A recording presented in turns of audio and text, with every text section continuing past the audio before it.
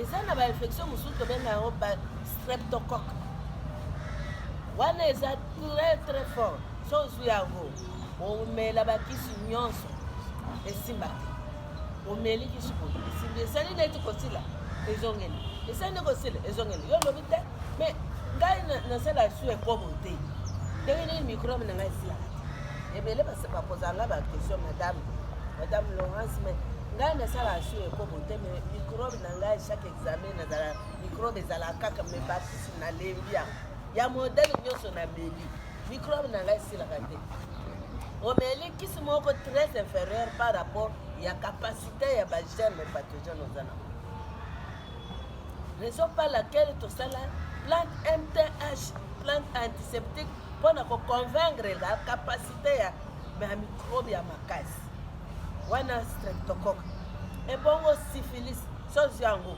ekata basuki bongo soki ekomi na niveau kata suki na kati ekati bani donc elelelele na kati eza bainfection pathogène là vivant dans l'organisme eza bamicrobe lokola basende ou bien basende ou bien bafourmi omona bafourmi rouge so bapiki yo na lokolo yo kandeli basi makasi ntina motema mais modele ya bagenre oyo bamicrobe bozo kokabona oyo azwi epuis ezalaka maladi ya motema mabe oyo azwi fo atikala mpe baninga atikala baninga mpo ayebiki ntongo mabe ntango ozwi maladi wana ya infection nde sikoyo eza lokola ebanda kopesa mokusa na nzoto mokusa na se ya libumu esika ofinga bilamba ozokwanza ozoki na kokwanza parceke ezali bainfection makasi mais infection wana totya exemple charnellement boye soki ke bafourmi bakoteli na ndako bakoti bapanzani ntango mobimba bamati meme na mbeto esika olalaka eske yo kolala na mbeto wana okimaka ndenge moko na bamicrobe obozwaka ntango alobi totika nzela alobi te eza libala motu abala mpona kosesécurize mais soki esesécurize te bafourmi bagene pathogène bakotondela apesi exemple eza lokola bafourmi rouge wana mpo bino bomonaka yango te biso tomona yango na microscope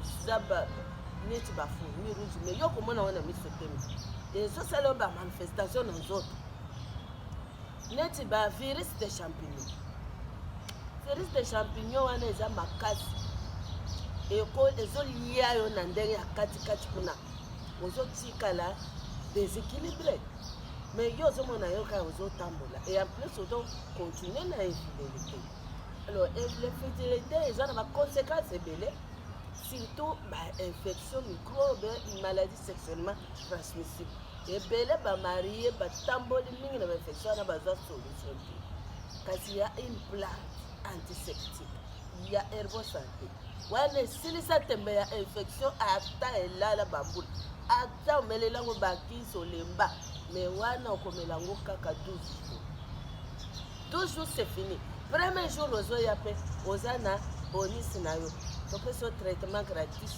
pour la première jour mais après folanda traitement curatif et puis toza mpe na décembre na 11e mois gratuit nani bonisi ebandi bonisi ya koloba ke fait peu de moyens vous avez tous les traitements possibles eza surtout tokolanda kaka okonte calcule yo eza ota faculté topesa mpona kado ya bonane mpo ntango tokopambola bato za pambola oui mama tozonga nsima moke par rapport à explication topesa awa mpona premier traitement ntango tazoyoba ezala gratuit sikoyo so moto aye na premier traitement wana avant banda bacure na ye ekaki azwi lobiko akokende libela te parce que les congolais sont comme ça soki ozwi journée moko oke libela oyoki bien eza mpona mokolo wana na lobi kuna mais après ekoki kozonga mais pour que ezonga te zwango le traitement plus tard 7 jours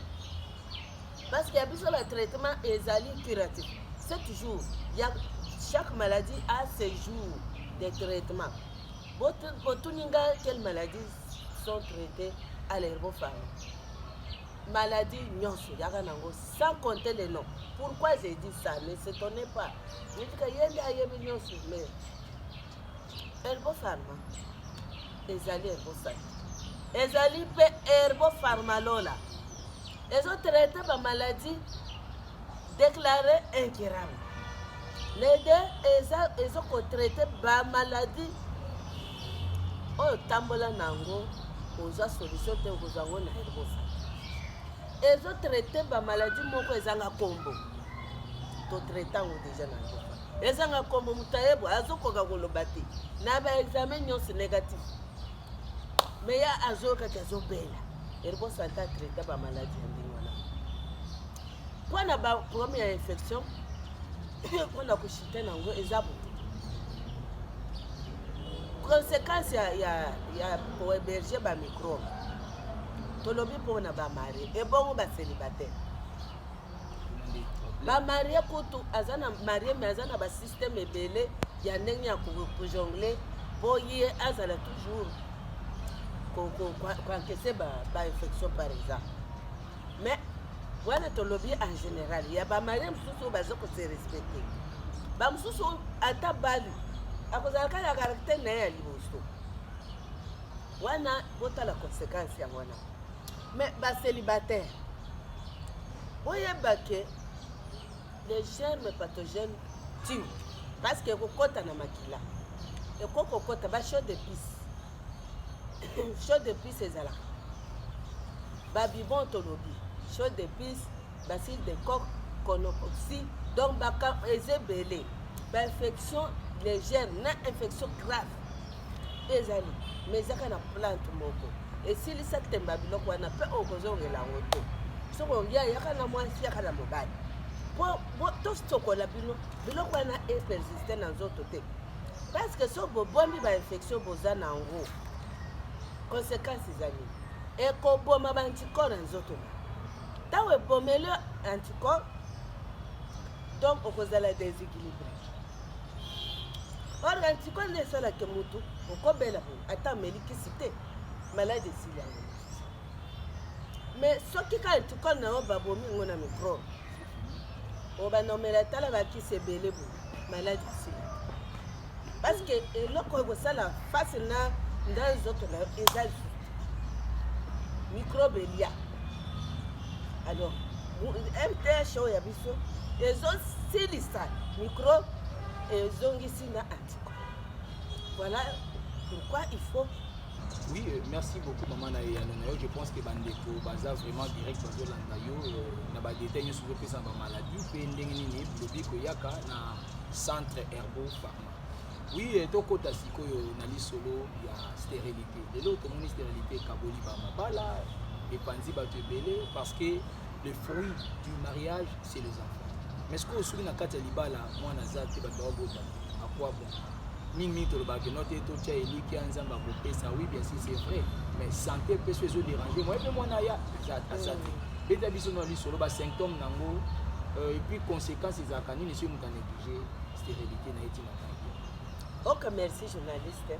Avant nakota stérilité na ngai nasukisa na makambo ya infection mpo ke bokoma na conséquence ya ozanga baanticorps parce que microbe eliaka baanticorps otikali vide maladi otikali kaka wana maladi nyonso ekotondela oyo nyonso batanga na mokili okozwanga yo moko genu yo moko mokongo yo moko motu ngai tension ngai motema ngai parce que anticorps force naturelle esili yo na nzoto exposé na danger avec notre plante antiseptique MTH ezosilisa microbe wana quel que soit degré et puis ezongiseli yo na nini anticorps na nzoto wana okomi fort maladi okoya bo emelikisi te eleki na et voilà des plantes miraculeuses de miracles opérés dans le plante médicinale yango wana chaque jour mikolo motu nyonso azoya aza na bonus na ye ya premier jour le reste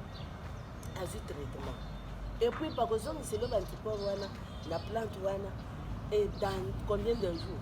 Si c'est déjà grave, 12 jours. Si ils ont bandé 6 jours, quel miracle? Wana côté. C'est quoi? Na basi na bana. Poto moni bana ebele na bama palata. bana makwanza sokoni mwana mai mwana bandiko mikwanza zote mobimi yeba pe infection ngana infection se pazana na makila mususu suka kaka na sika oyo zela kyanga mususu tizo to mobimi tout est que n'importe wana to sokolia sikoyo tokotina makambo ya kobota wekinila bien aimé la stérilité c'est tout bana na base basi bele bazana problème bazozanga ba clair cervical or clair cervical nde ezosala là il y a pour faciliter plantation il y a F blanche parce que sauf que vous avez la clair cervicalité moyen au canazenu ezali mais avec clair cervical nous avons un traitement où la pesaka des jours maman des jours c'est mais je t'assure des jours la pression mêlée de l'eau tongo poko lobi tongo poko na tikio semaine okende na examen ya clé cervicale bakuti to ebele clé cervicale il faut à izala a opopo ebele pour permettre bato ba botama parce que ça bato na parce que ya ba clé cervicale ya ebele na excès voilà siko to ezaka wana te ba mususu bazana problème ya ba clé ya ba ovarienne. Vous avez un problème, ovaire et autres travaillent bien. Or, ovaire est un organe génital où ils ont une double fonction. Double fonction, ils ont produit des hormones et des autres, ils ont libéré des ovules, ils ont facilité la conception de la maman. Mais ce qui est ovule, ils ont libéré à tenter. Parce que vous avez un problème ovarien. Vous avez une stérilité et vous allez la consommer. Tokena ba maman o baza na problème wana avec ba problème ovarien naza na traitement oyo e ko fongola e ko libérer e ko traiter ovaire libérer ba ovule facilement pour la conception ovule ovaire ils ont libéré ba katna ba sebele baza na ba kawa ovule na yeso ko ka ko libérer ba ovule te ils ont tourné bien ils ont bloqué. Tant que vous avez bloqué, on vit et comme il s'atrophie et diminue. Moi, on vote exaté. Et ça cause il y a la stérilité belé avant la base. Au moins, on a même une période mensuelle, on a règle comme il faut sauter. Parce que on verre nayo et kangi ba au ville les autres tourner bien. Or, au ville net il y a des jeunes femmes et zakanango ko libéra kango chaque mois. Attends. Retard et règle les actes. Mais ce qui est comme il colère, vous ont libéré à tenter. Moi, quand les actes. Et en plus, ce qui est un retard, il y a un traitement, on a repris ça pour libérer d'abord au vert tous les deux fonctions. Et produire hormones, et produire ovule à temps. On a 2 ans, on a 2 années, tu peux voter à Kala. Ezala ki bongo po bana ko tsala biso toza na ngo siko na basi mususu bazala problème ya ba trompe bouchée. Les trompes c'est cicatriser et se boucher de soi-même au salé le côté. Alors des belé c'est le plus cause principale ya base belé bazana stérilité ya trompe de fallot asale le côté parce que musuka tout le temps, ils ont bouché. Les années, ils ont microbe. Et quand ils ont microbe de soi-même, c'est cicatrice. Ce qui est ça, le bon, le monde a ce qu'on est bouché. Tant que le trompe est bouché, moi, je suis procréé, les amis. Voilà, nous avons un traitement, on a fait ça. Et ce qu'on dit trompe, on a débouché et arrangé cicatrice. Et tiens-moi en forme. Et bandi sukoyo ko tourner bien et travailler sans problème. Si on a un problème à trompe bouchée, attends aussi on s'allait par hydro autant de fois. Rien n'empêche, nous avons un hydro traditionnel. Yango ezate ke ko soye. Bébélé bébé non ba yo c'est kaka na on peut so hydro akimi. Bon ça la pas, et ça le pas cité. So trompe ça na complication na ba période mensuelle les ala compliqué. Moi, je suis une jeune dame, on a réglé par mois 2 fois, 3 fois. Ce sont des anomalies, des habiletés. Parce que y a des caca période nango date oyo ya yo oyebi ke date na ngai to nyonso oyebi date na ye foka date wana omoni so omoni yango te seke eza semi mais yango to sanza oyo le 5 sanza oyo kuna le 15 sanza oyo kuna le 22 mais mokolo nini okokende na mosala boke kobima par surprise ose protéger te parce que oyebi date no te eza batrouble de règle nazopesela ngo traitement sans problème pesi et ozongeli na date normale sikoyo mpona baoyo bazalaka règle douloureuse ya makasi obandi awa eza na pasi ondire ozoboka orke eza nde règle ya pamezo eza na traitement spécial na traitement ya 7 jours makambo ya kolela période pasi wana eza te pasi oyo osala opasi ata okangize momboti mokolo kobota okomelisa mwana te mwana aza kuna azolela yo mpe mama na eza kota ozolivele nini chichi cha mundo o nyama aloko makambo lokaka wana aza traité na ergo santé sans retard na traitement curatif mais premier jour ozoya bamama moto na moto aza na kana ye eza te kaka traitement moko wana ndenda kopesa kila moma wetu nyonso azoya mpona kobota azaka na traitement moko wana te raison par laquelle nazodifférencie baka onga na yambaka na onga na traitaka mpe na baoyo bazwaka bonne suite bonne résultat malamu ezali conception na yo parce que bele même si otali na whatsapp app ezaka mama namoni sanzo oyo te sala examen ya plonge asali positif nayoka positif mikolo nyonso de chaque jour naza baréponse donc soki obali mwasi tuko mobali bosali 2 ans bomoni nanu mwana te parce que bobalali bino mibale so moto ya misato abakisama soki boboti te 2 ans ebeteli bino selon organisation mondiale ya OMS ekodeklare bino stérile na stérilité nde tokoyeba mwasi bien mobali na koluka na baniveau nyonso nayebaka eza mwasi bien eza mobali napesa traitement bobota c'est ça le problème mon travail maintenant parce qu'il y a le destin de chaque femme a ses destins. Le destiné d'une femme c'est à concevoir un œuf fécondé dans son utérus jusqu'à terme mboti mwana nde destiné ya mwasi soki mwasi ndenge nini yo kozala banda babotaki yo ozokeba mbula ebele ozala na libala ozala na libala te ozosilisa periode ya fécondité na yo obali te obala te me osilisi fécondité na yo oboti te eza anomalie grave nazozela yo traitement destiné ezali erataka basi te mwasi nyonso aza posa kobota mwana destiné ekofungola nzela mabota ata ekangami na niveau parce que okangama na buti kodetaye baplace basi bazokangama wakangami na problème wakangami nyonso wana avec plante destinée ya mwana mwasi ekofongola yo mpe ekombelisa yo te ntango ozosalela omonaka pa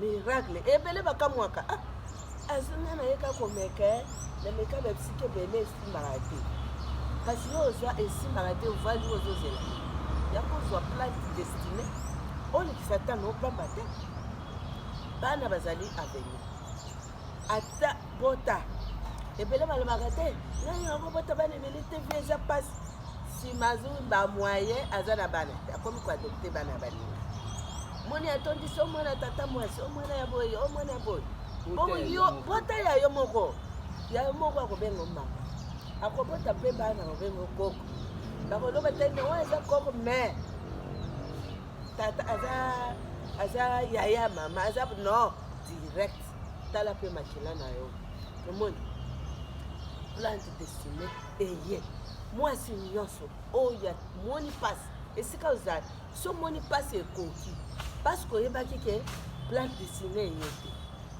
mwana mwasi nayebi so vraiment ke so ozwi plante destinée ya mwasi ngai nalobaka boye tanga kaka Jérémie 33:3 po ebele balobaka malorance azolo parce que nalobaka boye la stérilité c'est c'est l'incapacité d'une femme à concevoir à l'âge de fécondité. L'âge de fécondité est l'âge où on a freiné régulier. Sur aux bandits âge de fécondité. Ti na âge où on a ménopause.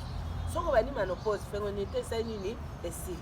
Mais période où on a banda avant aussi les sangs, bon tabac na mibali. Si on a bangote destiné yé. Moi si nous fois bota. Wana zambe na baki que aller sur la terre, soyez bénis et multipliez-vous. Mais yo zo se multiplier te kwa nini? Plante destinée et où nyaona le baga o izari farma lola. Parce que nzambe ya moko révéla. Ba plante ya makasi et yebo utazu, il faut kaka mona malamu. Il faut mona ka malamu. So akomona malamu tendengeni. Yes, al pamboli moi sinyo so bot. Yo boti tendengeni. Parce que ozo kanga menesika o meli kuna obotate bani roto baso. Voilà votre qui a la chance cette année de signer. Mibali ndenge moko. Depuis oyebi que yo ne ozana problème. Osala sabe. Bani tanga na bien. Tanga zaki na campus na botaka mwana moko boyo. Yende zo bota, mais c'est le passé, bota sikoyo. Bota sikoyo tondima. On a changé qui moi aussi. On a bota qui yozo bota te non. Bota. Babel mususu za la kanga na problème te. Moi ça kenga keko bota. Yo babali mususu oboti te. Ozela nini. Omeli mingi côté ozali. Yaka sikoyo o nature à l'épreuve. Dans la kisoba disque. Il y a des plantes médicinales qui opèrent des miracles. Parce que si vous avez un problème à mataka, bamandaka là ou bien bateta réseau salade. Toutes ces plantes de résurrection. Il y a la moussamike au tikali et comme belema et comme immobilité il mata. On se procréer. Mais quand on se procréer tout, par le bandoki, à Dieu libota na bakisi, à saliboye, beaucoup ça na sujet de moquerie. On a des négligence. Négligence, bien on soit. Il a pas essayé le côté. Mais si quand il y a un destiné nani résurrection ya bana mibali basi bazana na ya bango oyayo mobali ozali quantité nde eloko botisaka ezakaka banini ba liquide spermatique ezala na volume na vitesse na nini na force ebanda kobimba très vigoureux ezala ko vibrer à ce moment-là est composé par acte positif. Oui, merci beaucoup maman, merci lentement sûrement. Bientôt là, toujours comme déjà na souka émission na biso, mais maman mitu nous allons belé. Oyo tongi olo belango, to zona oli solo mokele lo moni lelo ba te belé comme Yo AVC. O AVC et à salut crise. Bilo kwana nyonso wana na expérience ozana. Souvent za kadi ya kwa et puis mutabongo soka ye na centre. Mutabongo soka ye na centre Herbofa. A cause de l'obikonde.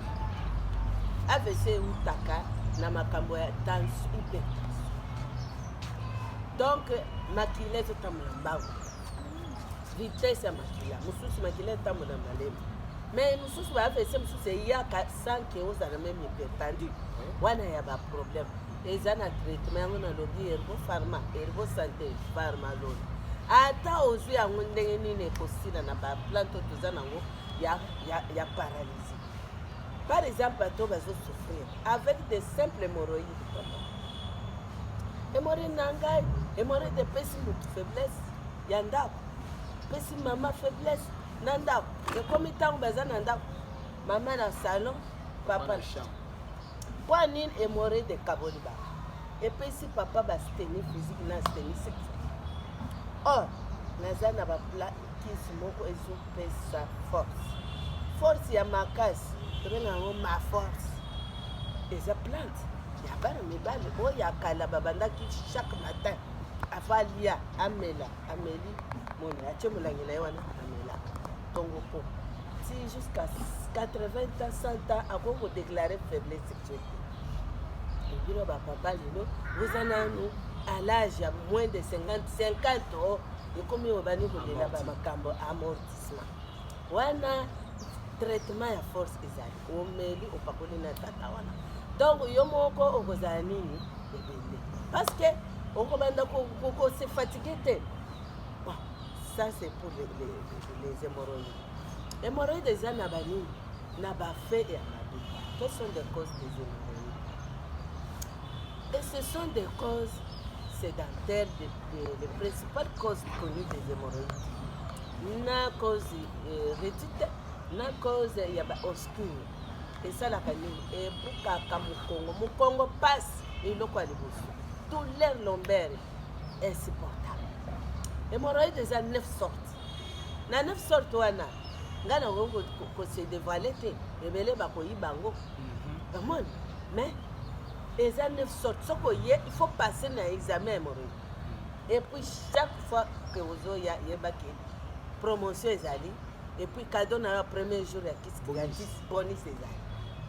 Voilà, il faut boyer à ebele parce que la fin de l'année pour que vous vivre les merveilleux des plantes et des centres thérapeutiques herbo santé herbo pharmalola parce que yaka na maladie oyo oza nango ata oyebi komo nango te solution mais tous les traitements est là parce que son alobi eza pharmalola botanga pe apocalypse 22:2 ezalaki mpe na mosala ya nzambe monene ye anyokwama na liso wana eza cancer esue na loko mataki ta mabondeli ti nzambe arépondre que c'est fini na yoki obiki mais pasi na nzoto alalaka pasi ya ndenge wana mais tuninga nzambe olobi na si na biki obakisili ngai na mikolo mais pasi esila te olenge alobi te c'est parce que nanu ozwi baplante ya herbo des plantes.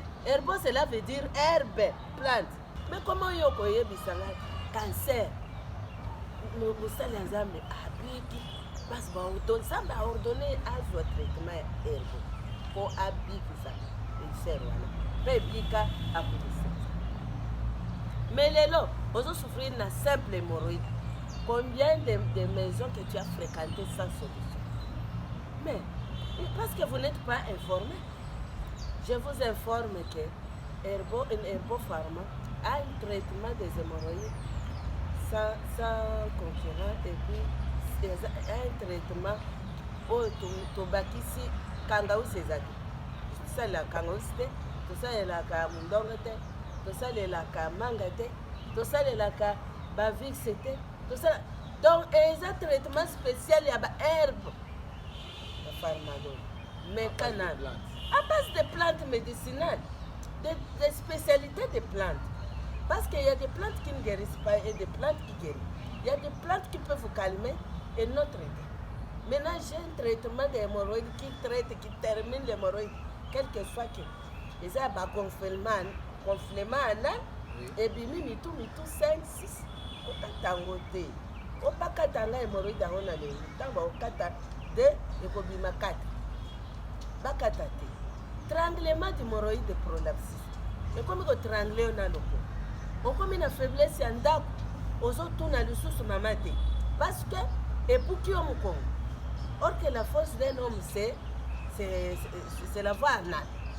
Voie anale on se tondi na ba douleur anale, gonflement anal, hémorroïde et tondi na placement wana. Aux ana surménage, vertige, fatigue.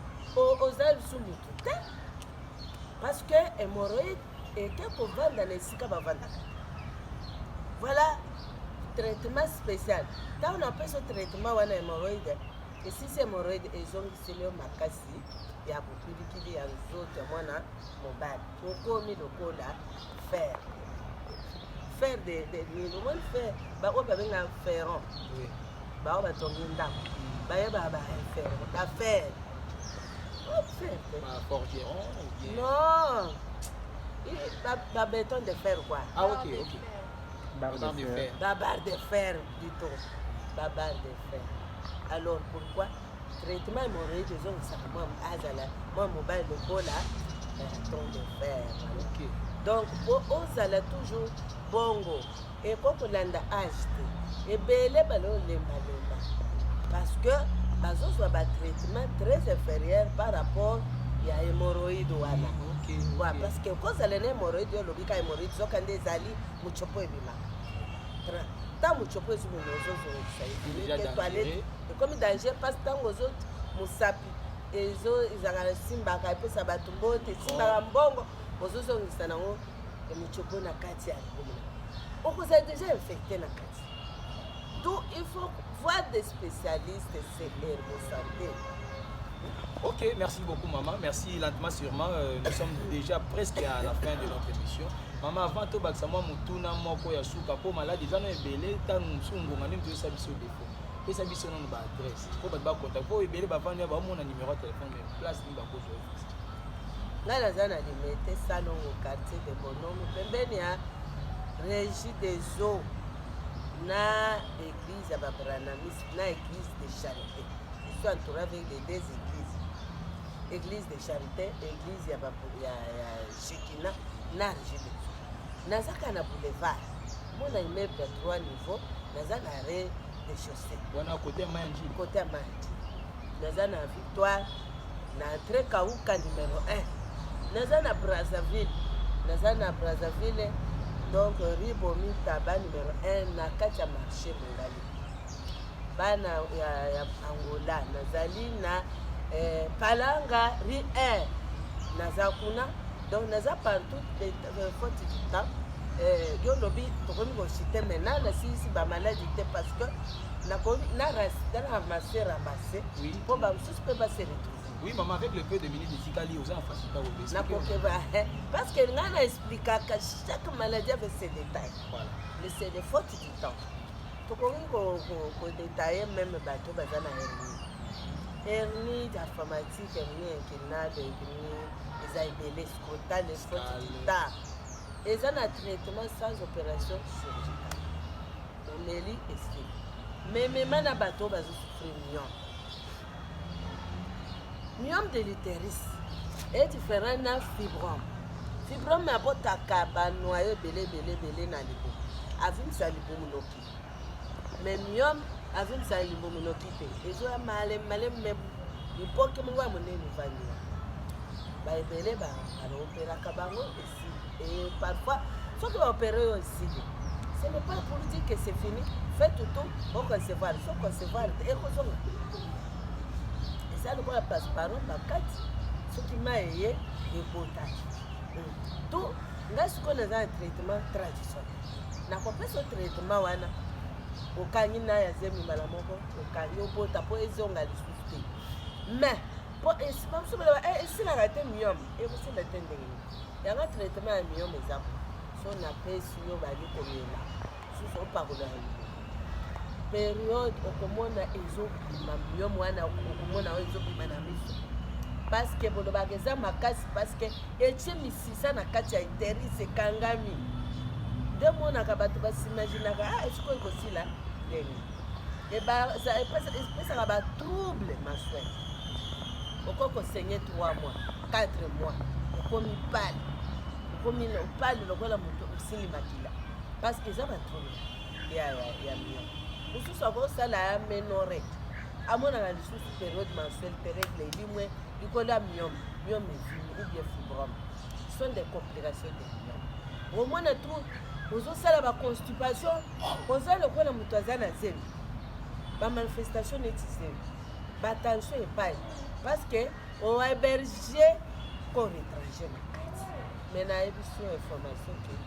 dada traitement okonika myome wana ebimi ntango ezobima omona lokola moto asali avortement babiloko neti bafetisi ya ba 1 mois 2 mois nde ebimaka nde bamyome yoniko malemu ti libuma etikali vide ata ezalaki 6 noye 10 noye ezosi wana memema kiste bama basouffrir kiste wana etungisi bamama ebele pasi ya libumu omona kiste botaka nimporte kokota na ver okoki kobota na foi kiste koki kobota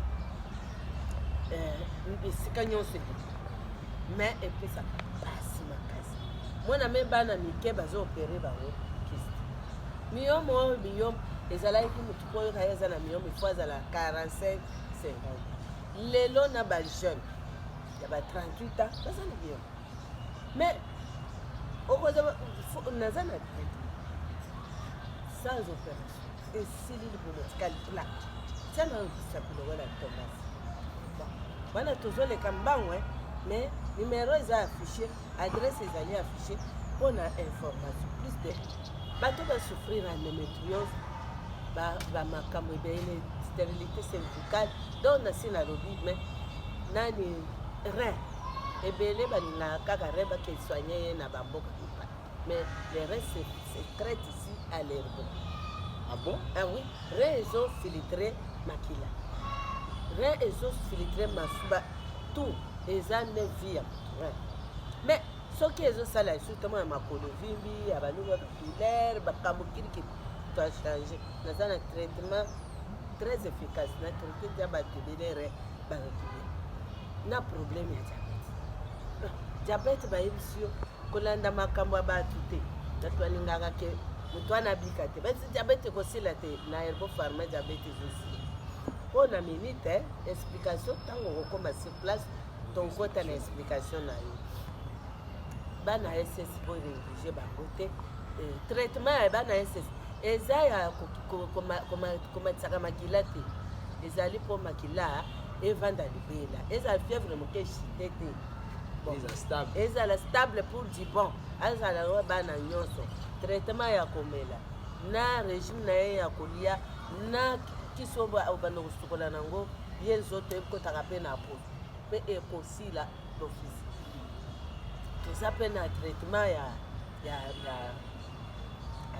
tala koyebisinga mbango carie dentaire sinusite bamosusu baza na sinusite omwana sinusite wana alalaka monoko polelo orespire na monoko bamosusu sinusite esalani miyoyo ezoya mikolo nyonso neti mwana moke me mosusu yaye sinusite eza ke akomona miyoyo te akauka azoluka miyoyo ezalaka te mutu pasi awa nodire bafongoli awa nyonso wana eza na traitement différent na yango carie dentaire esi mino kotelisa dabord mino yobeli carie dentaire mino nyonso te traitement ya carie na ya kotelisa mino ezali toza traite rhumatisme inflammation de membre inférieure oyo oza na mabolongo ezovimba mikuwa pasi nerf sciatique rhumatisme eza différent na nerf sciatique nerf sciatique eza différent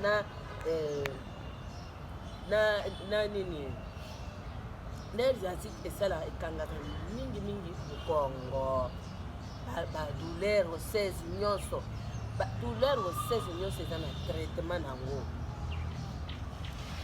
toza na traitement ya estomac souffrir estomac pasi mais ya petit problème estomac mosusu ezalaka ezoka deja bakota mosusu eza baesu esila mosusu eza acide ezomata chaleur partout ozokonda babikila ebele lokola oza na problème ya grave tandis que traitement ya estomac ezozela yo bien aimé nayebi ke nazangi me moyen koloba maladi mosusu parce que bazobisanga kaka na kata mais lokola napesi numero na ngai ezali adresse na ngai ezali bobenga nazosukisa d'abord na koloba ke premier jour okozwa traitement gratis c'est ma parole donnée parce que mpona kosuka outi mbiza outi ngaliema outi pompage outi ville bombe masina outi maluku soit outi wana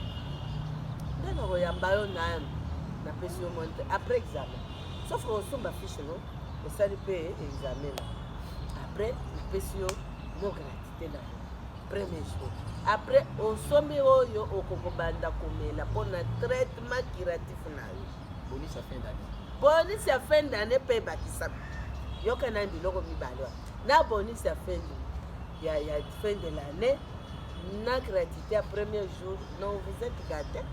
Je vous attends. Merci beaucoup. Ok, merci beaucoup. Merci maman pour la explication. Nous avons clair vraiment. Moutako t'as pas côté tes poids de Bénin sur le lit. Vous avez bien entendu, bien écouté ce que maman Laurence vient de dire. A expliqué ma maladie. Nyon son dengue pesa mara. Albi, maman bazaba généraliste. Ngaza mingi wa baksanté. Oso yoki. Et soro boino goyoka. ememi oyo na liwa opesa moto mosuku te faute komisa mpe ndoki na famille te parce que nzela yango wana ya lobiko. Merci à vous tous qui avez eu l'occasion de suivre cette émission. Quant à moi, je vous retrouve au prochain niveau.